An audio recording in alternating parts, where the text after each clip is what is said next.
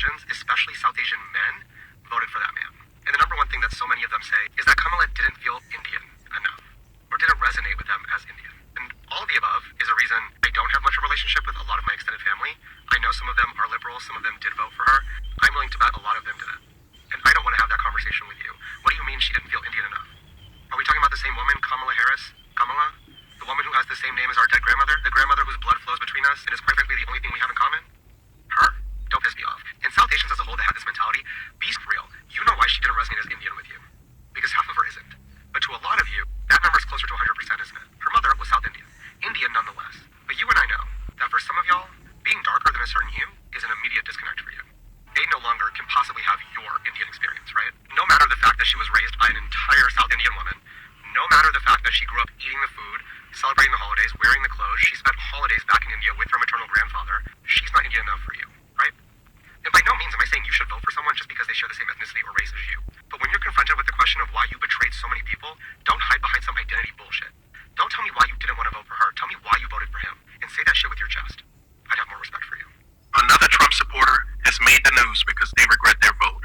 This just goes to show that the abuse has to hit you personally before you have any regrets. Pictured here is Sarah Baruth with her unnamed partner and father of her eldest child, who now faces deportation because she voted for Trump.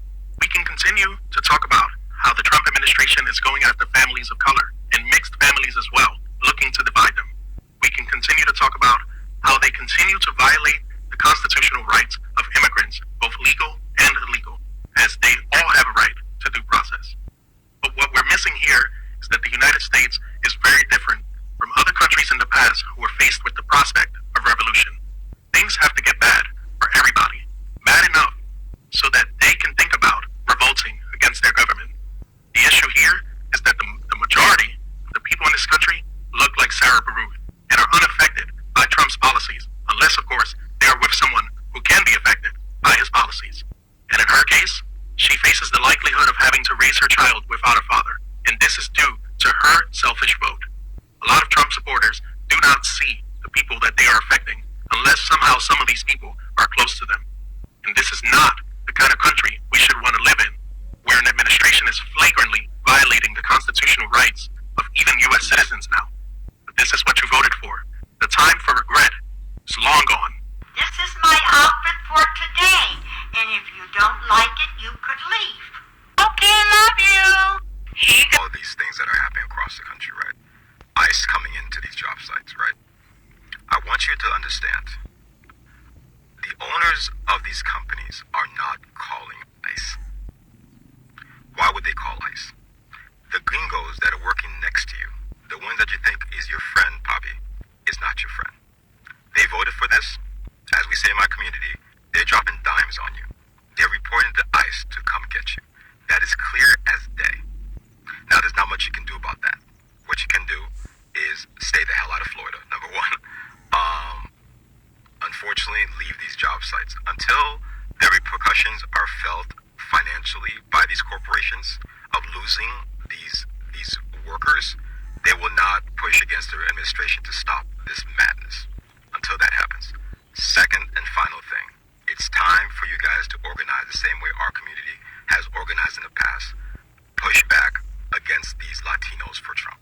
These organizations that were paid handsomely, millions of dollars, to push propaganda in your community, to convince you, people in your community, to vote for this. It's time for you guys to speak up and speak out against them.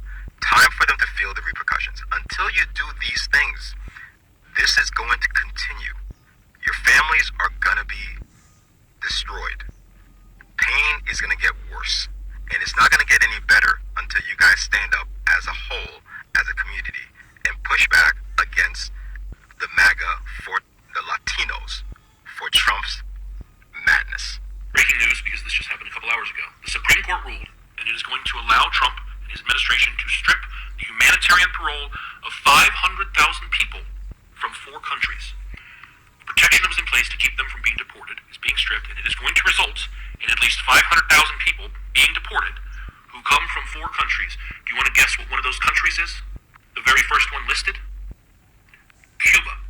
Donald Trump and his administration are revoking the protection of thousands of Cubans. Without that protection, those those Cubans do not have legal asylum in the United States, and the Trump administration is going to deport thousands of Cubans and send them back to Cuba.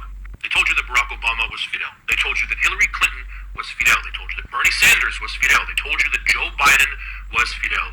They told you that Kamala Harris was Fidel. And you believed them.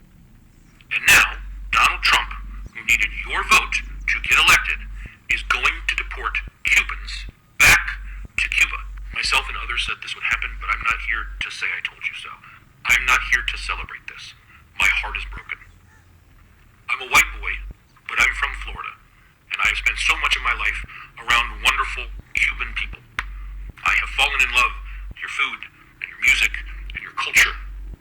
And then I watched a political party in my country weaponize very legitimate, real fears that you have and lie to you and tell you that if you didn't vote for them, what happened in Cuba would happen to you here. You did. And now they're sending some of you back to that place because they only cared about your vote and they don't actually care about you. I bet Cubans for Trump hate to see my fat ass coming, but you knew I was coming. You knew I would not let 24 hours pass before I would get on here and have my fucking say. 513,000 Cuban, Haitian, and Venezuelan refugees have got to get the fuck up out of here.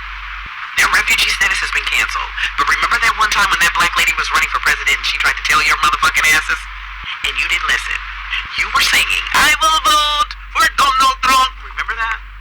We tried to warn you. Now the time is up. TikTok, you gotta get the fuck up out of here. And nobody's sorry for you.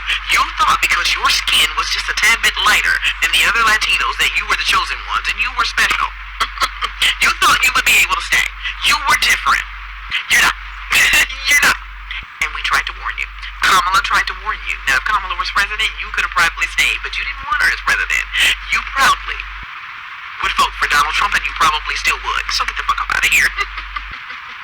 And on another note, he pardoned the Chrisleys and Larry Hoover.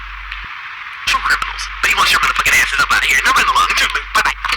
Messages, though, for the Cubans for Trump, actually for all Latinos for Trump.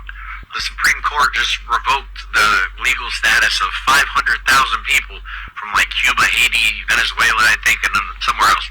So you guys better start packing your shit, because they're coming after you. They don't care that you voted for them.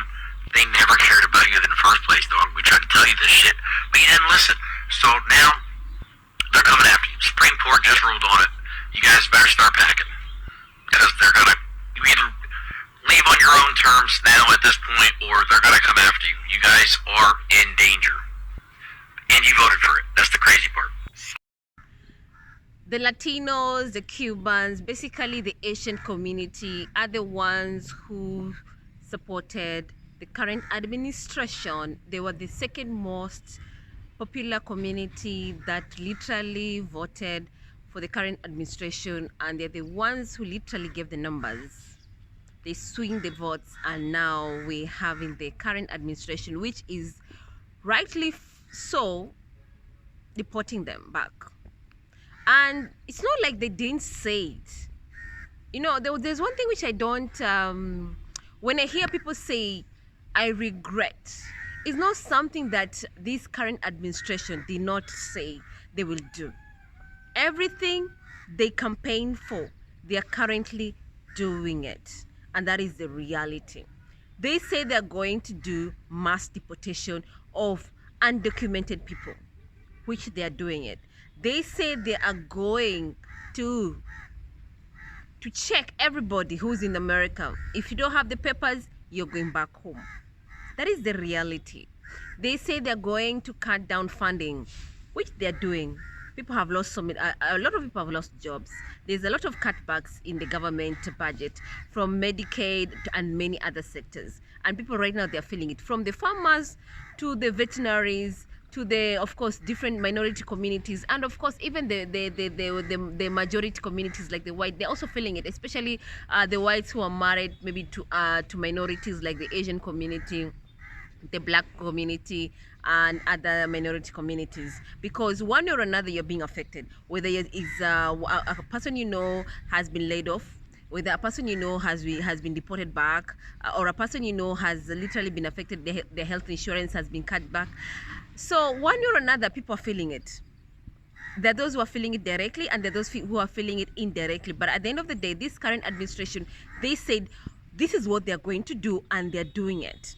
So when I hear the Latinos, the Asian community complaining, they're saying, oh, I wish I never voted the way I did, because somehow I did not resonate with Kamala Harris, or she wasn't Asian enough because she's half black, half Asian. So that's the reason why I voted the way I did. When coming to vote, when you're voting for somebody, it's not about emotions. It's not about voting for your emotions. It's about voting for your best interest at heart. It's about voting for somebody who you know is going to help you and your family and your community and your country to do better. It's about voting for somebody who has your best interest at heart. It's about voting for somebody or the party that you know is supporting you to do better, to thrive in the community, and of course, you know, enjoy the country. So when I see people say, oh my God, I wish I never did, especially right now, the Latino community, the way things are turning against you, you are complaining right now because you are literally affected by this mass deportation. You are literally being affected in every way thanks to this current administration. And these are the same people who literally said, you know what, oh, I'm gonna vote the way I did because, you know, I identify myself with Trump. Let me tell you the good news, huh? Nobody cares. Nobody cares. That's the reason why you're being told, when you're voting, vote for your the best person who has your best interest at heart. So your tears right now, they're not helping you. So the best thing, what you need to do right now is basically tighten your belt, do what you must by calling those Congress people and telling them, you know what, this is what we require. I'm a citizen, this is what I need, this is what I require, this is what you need to do right now. Because for the next, this is just the first year and you're complaining, and you have how many years down the line? Over 3 years coming and going. So tighten your seatbelt and do better. Do your research right now so that the coming election, you vote for your person who has your best interest at heart. That's what you need to do right now. And for those who are regretting, I feel for you. I understand where you're coming from. But at the end of the day, they said this is the FAFO season. You voted the way you did, and now is the time to pay the price. Let me know what you think and drop your comments.